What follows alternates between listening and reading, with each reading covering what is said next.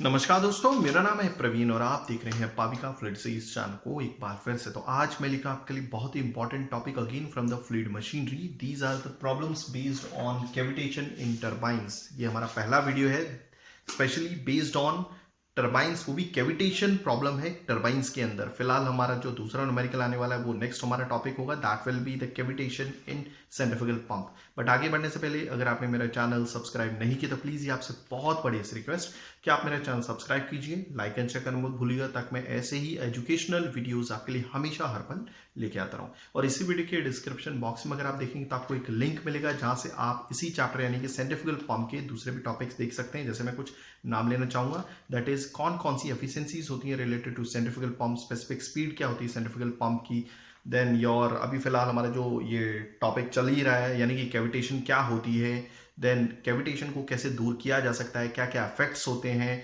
Then your कौन कौन से कर्व्स होते हैं अगर हम सेंट्रीफ्यूगल पंप खरीदते हैं या फिर उस पर काम करते हैं। लाइक ऑपरेटिंग कैरेक्टरिस्टिक कर्व्स था, कांस्टेंट एफिशिएंसी कर्व था, then main operating characteristic curve था। तो ये बाकी सारे तमाम टॉपिक्स आपको मिल जाएंगे। साथ में अगर आप फ्लूइड मैकेनिक्स पढ़ रहे हैं, strength of metal, heat transfer, तो उसके तमाम वीडियोस भी आपको अवेलेबल हो जाएंगे। प्लेलिस्ट में जाएगा मेरे चैनल के, यानी कि जो चैनल का नाम है पाविका फ्लूइड से, आपको बहुत सारे टॉपिक्स जो भी आप चाहते हैं देख सकते हैं। ठीक है, तो चलिए स्टार्ट करते हैं। ज्यादा टाइम ना लेते हुए हम ये न्यूमेरिकल सॉल्व करेंगे, क्योंकि एक स्टूडेंट का कमेंट आता है कि सर कैविटेशन के ऊपर भी न्यूमेरिकल्स लीजिएगा। तो आज का जो न्यूमेरिकल है स्पेशली कैविटेशन जो पाई गई है टर्बाइंस में, और जो क्वेश्चन है फ्रांसिस टर्बाइन का है। ठीक है, तो हम साथ में लिखेंगे गिवन डेटा और डायग्राम भी बनाएंगे, ताकि ये जो न्यूमेरिकल है हम अपनी इजी लैंग्वेज हिंदी में समझ सकें। क्योंकि देखिए ये जो क्वेश्चन है ये दिस इज फॉर 5 मार्क्स। ठीक है, और दूसरी चीज इस क्वेश्चन को अपनी नेटिव लैंग्वेज में समझना जरूरी है, तभी आपको ये क्वेश्चन समझ में आएगा। मतलब व्हाट डज इट मीन, ये इसका क्या मतलब है, तभी आप कर सकते हैं इस क्वेश्चन को।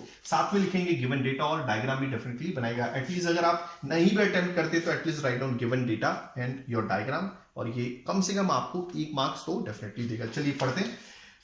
मैं इसे आपके लिए यानी कि इंग्लिश टू हिंदी कन्वर्ट करूंगा ताकि हम समझ सकें। ठीक है, और Francis turbine has been manufactured to develop 15,000 horse power at the head of 81 metre and speed 375 RPM.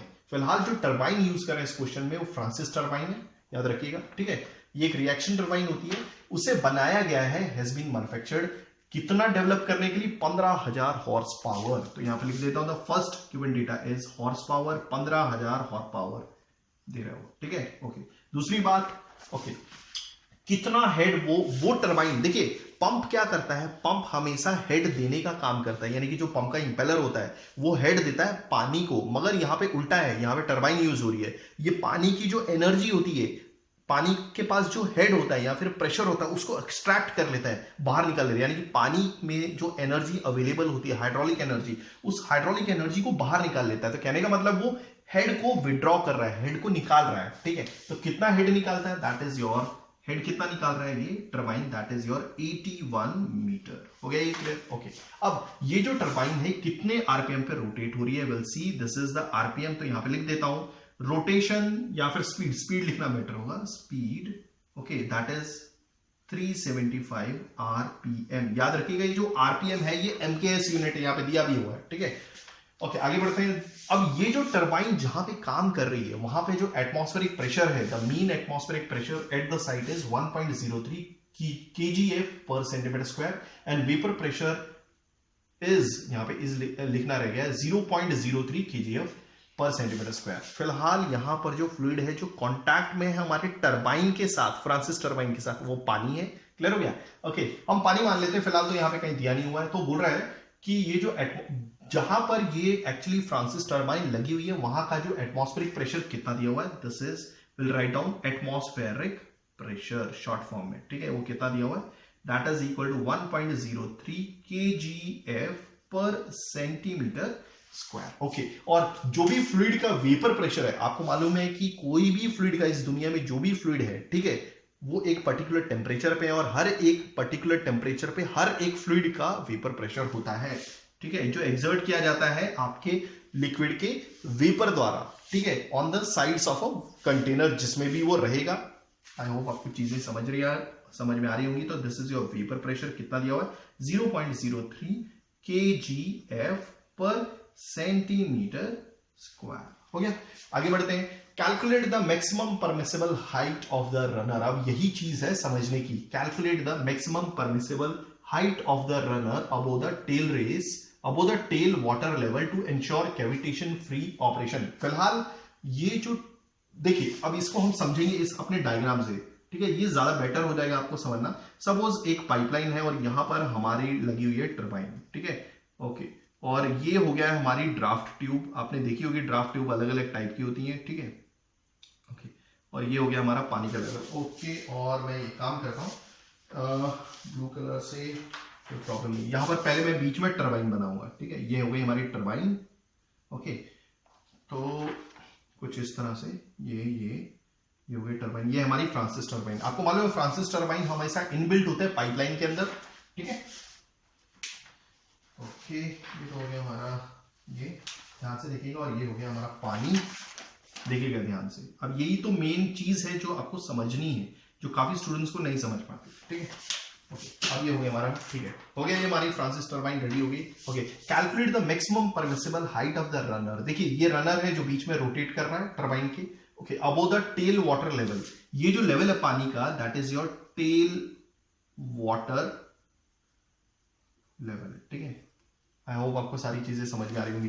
तो बोल रहा है कि वो मैक्सिमम परमिसिबल हाइट निकालिए रनर की, किसके ऊपर, आपकी टेल वाटर लेवल के ऊपर। मतलब कहने का मतलब है हमें ये वाली हाइट निकालनी है, यानी कि पानी की सरफेस से लेकर आपके रनर तक का डिस्टेंस, वो भी मैक्सिमम निकालिए, मैक्सिमम निकालिए। कहने का मतलब है हम इसके ऊपर जा नहीं सकते, ठीक है, ये हमें निकालना है। तो एक काम करूंगा, इसको मैं यहां पर लिख देता हूं sixth, that we have to find out HS. इसको, इसका नाम क्या देंगे हम, एचएस। ये होता है, देखिए आप देख रहे हैं फ्रांसिस टरबाइन के आउटलेट पे एक ड्राफ्ट ट्यूब होती है, ये हाइट होती है आपके इस रनर के सेंटर से लेकर यहां तक की हाइट, ठीक है। तो ये वो हाइट है इन टर्म्स ऑफ हेड है ये, ठीक है। आई होप आपको समझ में आ रहा होगा। या फिर इसको सक्शन हेड भी बोलते हैं, यानी कि आउटलेट पे जितना प्रेशर हेड होगा आपके किसके, टरबाइन, फ्रांसिस टरबाइन के आउटलेट पे, ठीक है। तो हमें क्या ढूंढना है, मैक्सिमम परमिसिबल हाइट, यानी कि ये जो हाइट है ये मैक्सिमम है, इससे ऊपर नहीं ले सकते हम। अगर इससे ऊपर लेंगे तो कुछ तो प्रॉब्लम हो जाएगा। अब ये क्या बोल रहा है, ठीक है, कहां से कहां तक की हाइट है ये, टेल वाटर लेवल से लेकर आपके रनर तक, या फिर रनर से लेकर आपके टेल वाटर लेवल तक, ये मैक्सिमम परमिसिबल हाइट है, यानी कि मैक्सिमम हाइट है, इससे आप ज्यादा नहीं जा सकते, ठीक है, क्योंकि इस हाइट पे ही आपका कैविटेशन फ्री ऑपरेशन होता है। मतलब ये जो हाइट है, अगर आप ये हाइट मेंटेन रखते हैं तो आपका कैविटेशन नहीं होगा। आपको मालूम है कैविटेशन किस तरह के प्रॉब्लम्स करता है, टरबाइन और सेंट्रीफ्यूगल पंप में एफिशिएंसी डाउन कर देता है। अगर ये हाइट मैक्सिमम इस हाइट से और बढ़ गई तो कैविटेशन होगा। तो कहने का मतलब है, बोल रहा है कि ये मैक्सिमम परमिसिबल हाइट है, तो कहने का मतलब है ये जो ऊपर का रीजन है ये वाला, तो यहां पर डेफिनेटली कैविटेशन होगा, ठीक है, यहां पर कैविटेशन होगा। चलिए इसके बारे में तो हम बात करेंगे, आगे बढ़ते हैं। पहले अब क्या लिखा हुआ है, ठीक है, the critical cavitation factor for Francis turbine is given us. तो ये दिया हुआ है, एक काम करता हूं यहां पर लिख लेता हूं, this is sigma C equal to, एक काम करते हैं इसको, है ना, हम लेफ्ट हैंड साइड पे लिखते हैं, दैट सिग्मा सी, ये है हमारा सिग्मा सी, क्या है, थॉमस कैविटेशन फैक्टर, और वो भी है सिग्मा सी लगा हुआ। अगर सिग्मा होता तो Thomas cavitation factor, sigma C बताता है क्रिटिकल थॉमस कैविटेशन फैक्टर, ठीक है। ये भी बताऊंगा ये क्या होता है, मेरे पिछले वीडियोस देख सकते हैं आप, जहां पे समझ सकते हैं क्या है ये, 10⁻⁸ n², ठीक है, ns²। ns क्या है, आपकी स्पेसिफिक स्पीड है, where ns is the specific speed of the turbine in NKS units. फिलहाल मैं इस क्वेश्चन को बता देता हूं, ठीक है, तभी अब हम क्वेश्चन समझते हैं। क्वेश्चन तो हमारा हो गया है, ठीक है। अब हम समझेंगे मैक्सिमम परमिसिबल हाइट है क्या, क्योंकि अगर आपको ये समझ गए तो ये क्वेश्चन बहुत ईजी है, ठीक है। सो चलिए समझते हैं अभी, let me check, everything is working fine, ठीक है, ठीक है। अब मैं ये आपको समझा रहा था, मतलब ये एक्चुअली मैं ये बता रहा था, हमें बोला गया है ये मैक्सिमम, ये जो सक्शन हेड है, या फिर बोल सकते हैं ये जो मैक्सिमम परमिसिबल हाइट है, ये हाइट जो है मैक्सिमम है, और इसी हाइट पे जो काम हो रहा है हमारा, यानी कि ये टरबाइन अच्छा काम कर रही है और कैविटेशन फ्री काम कर रही है, क्लियर हो गया। मगर अगर हम इस हाइट के जस्ट ऊपर चले जाते हैं, मतलब हमारी ये हाइट ना होके इतनी हाइट हो जाती है, तो इस दौरान कैविटेशन होगा। और ऑलरेडी मैं एक चीज बता चुका हूं, अगर सिग्मा, सिग्मा क्या होता है, थॉमस कैविटेशन फैक्टर, जब तक ये बड़ा होगा सिग्मा सी से, ये है क्रिटिकल कैविटेशन फैक्टर, तो कैविटेशन नहीं होगा, नो कैविटेशन, ये जरूरी है आपको समझना, ठीक है। अब सिग्मा अगर सिग्मा सी के बराबर है तो कैविटेशन तभी भी नहीं होगा,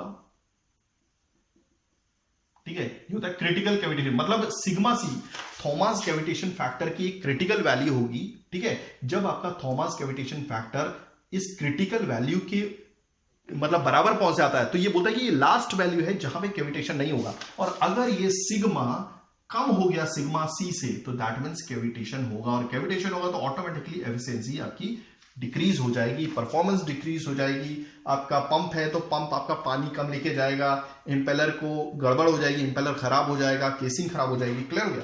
ओके, तो ये कब पॉसिबल है? देखिए कैविटेशन हो रहा है, यहां पे लिखा हुआ है कैविटेशन हो रहा है, तो दैट मींस ये कौन सा रीजन है? कैविटेशन हो रहा है, तो दैट मींस कैविटेशन हो रहा है यहां पर, मतलब यहां पर जो सिग्मा की वैल्यू है वो लेस देन सिग्मा सी है। हो गया? ओके, अब यहां पर ये लास्ट वैल्यू है ना, ये वाली जो लाइन है, ये वाली जो लाइन है, तो दैट मींस यहां पर कैविटेशन नहीं हो रहा है, ये मैक्सिमम हाइट है, इसी वजह से तो मैक्सिमम हाइट दी गई है।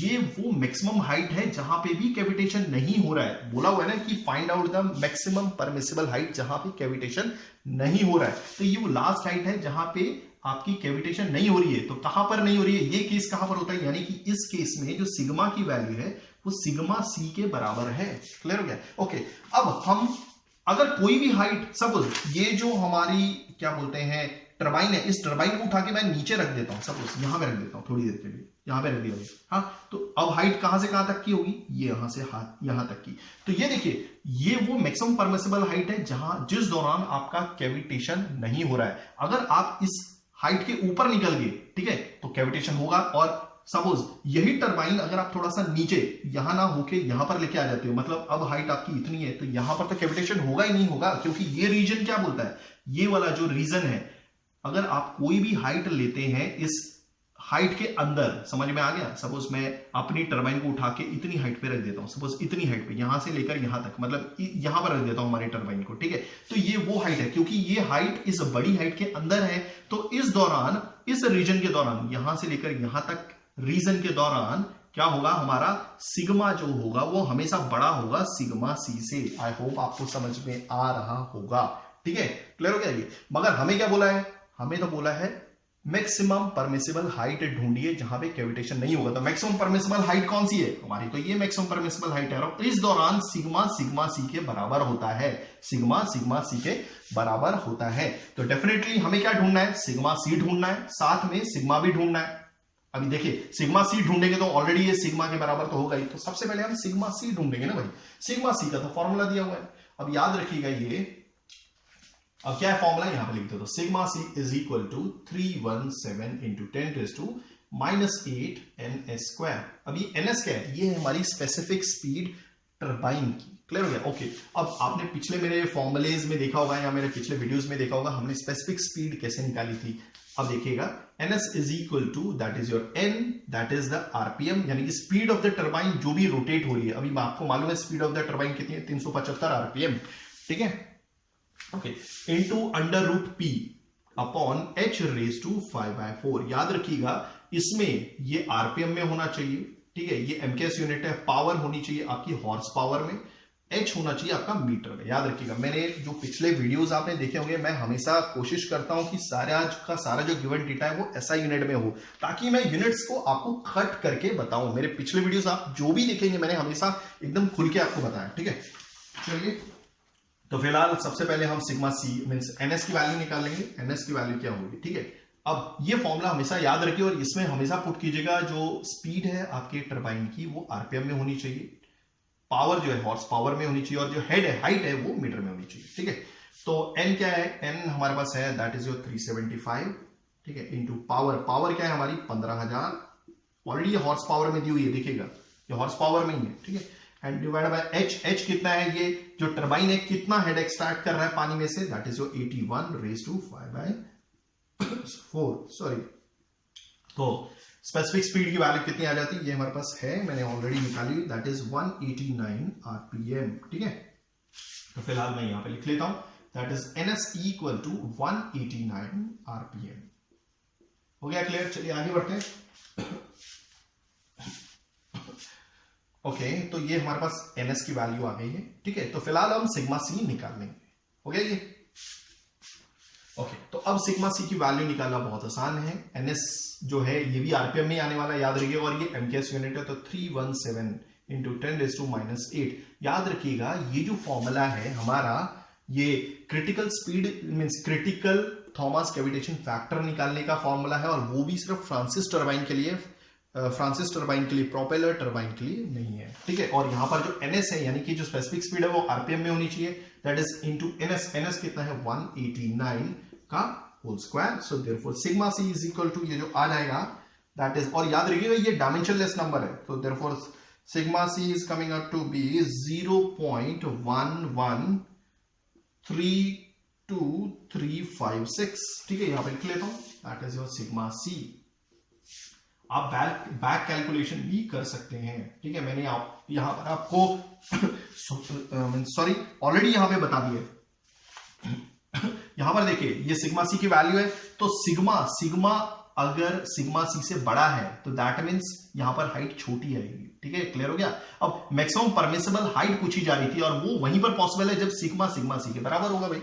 ओके, आई होप आपको सारी चीजें समझ में आ रही होंगी। हाँ, एक चीज मैं ये बता रहा था कि अगर आप ये देखिए ये सिग्मा सी है, ठीक है, ठीक है, तो यहां पर मैं सिग्मा सी सिग्मा के बराबर पुट कर दूंगा। तो मैं एक्चुअली ये समझाने की कोशिश कर रहा था कि अगर आप इस वैल्यू से बड़ी वैल्यू अगर आप रखते हैं तो आप इस हाइट तक पहुंच जाएंगे, ये छोटी हाइट तक, जो हाइट हमेशा इस हाइट से छोटी होगी। अगर आप इस वैल्यू से, ठीक है, समझ में आ रहा है, इस वैल्यू से कम की क्या बोलते हैं सिग्मा की वैल्यू कंसीडर करेंगे तो आप इस रीजन में पहुंचेंगे। यहां पे लिखा हुआ है sigma is less than sigma C, तो आपकी जो हाइट है ये बड़ी हो जाएगी, यहां से लेकर यहां तक हो जाएगी। आई होप आपको चीजें समझ में आ रही होंगी। आप बैक कैलकुलेशन भी कर सकते हैं, क्रॉस चेक भी कर सकते हैं, ठीक है। तो फिलहाल अब हमें क्या करना था, हमें तो वो हाइट फाइंड आउट करनी थी, और वो हाइट फाइंड आउट करने का फॉर्मूला है हमारा sigma equal to atmospheric head. Okay, याद रखिएगा यहां पर जो सारा हेड है वो इन टर्म्स ऑफ वाटर है, क्योंकि वाटर आपका टरबाइन के कॉन्टैक्ट में है, ठीक है।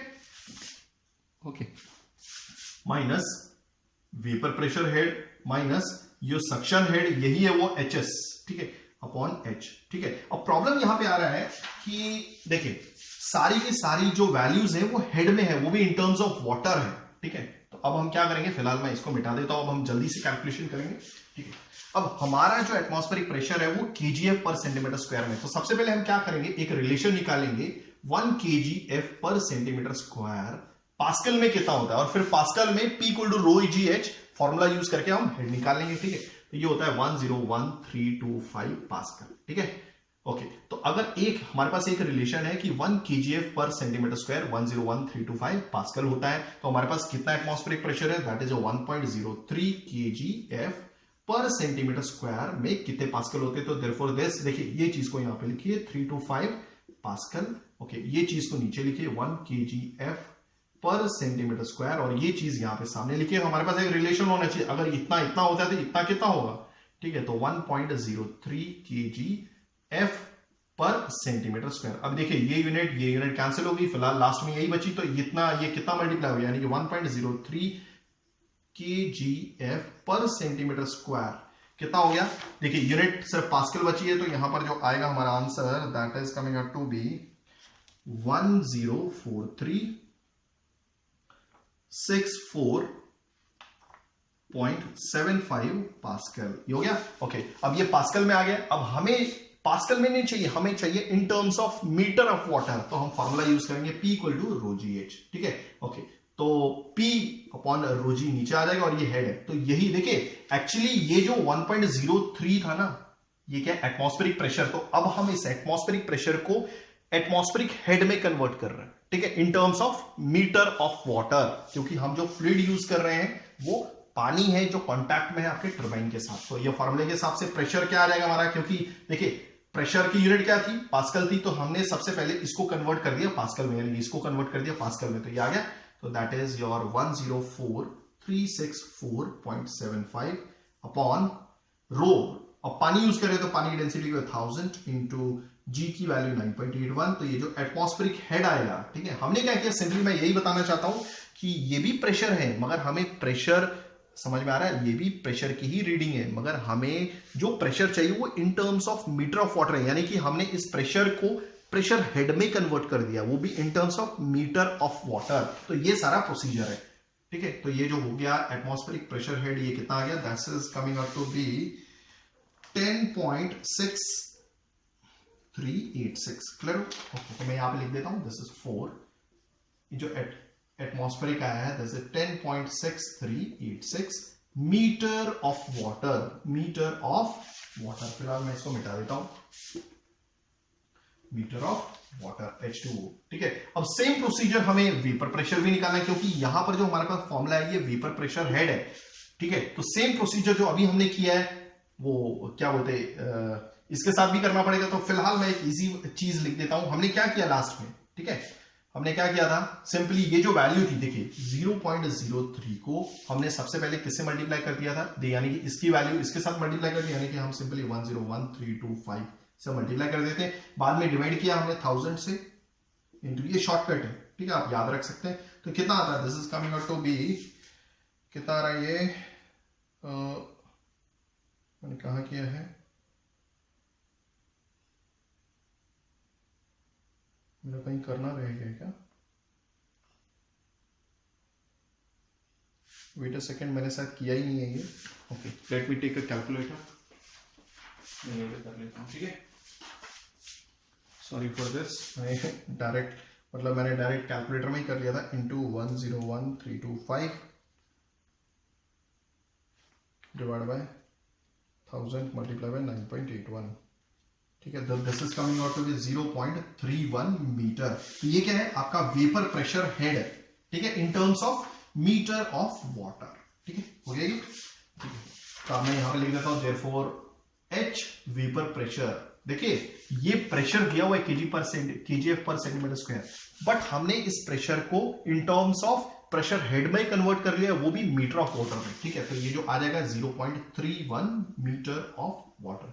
अब सारी चीजें क्लियर है, ठीक है। अब हमें क्या ढूंढना है, चलिए इसको मैं मिटा देता हूं। अब हम आंसर के नजदीक पहुंच गए, और हमने क्या निकालना था, मैक्सिमम परमिसिबल हाइट, जहां पर ये बिना कैविटेशन फ्री, यानी कि बिना कैविटेशन के ये टरबाइन काम कर सकती है। और वो तभी पॉसिबल है, वो कहां पे निकलेगा, जब सिग्मा सी के बराबर होगा। तो यहां पर मैं सिग्मा की वैल्यू पुट ना करके सिग्मा सी की वैल्यू पुट करूंगा, क्योंकि सिग्मा सी के बराबर है। सिग्मा सी क्या है हमारा, अभी हमने निकाला था, that is 0.113235 equal to H atmospheric कितना, 10.6386, वेपर प्रेशर हेड कितना है, this is your 0.31 minus HS, यही तो निकालना था, अपॉन हेड कितना टरबाइन निकाल रही है पानी से head, that is your 81 metre. So therefore अगर आप कैलकुलेशन करेंगे कैलकुलेटर का, इसको इससे मल्टीप्लाई कीजिए, बाकी इस साइड ले लीजिए, या फिर नेगेटिव HS है इस साइड लीजिए, ये वैल्यू इसको इस साइड ले लीजिएगा, राइट हैंड साइड। तो ये जो आ रहा है this is coming out to 1.1565 metre. Clear हो गया जी।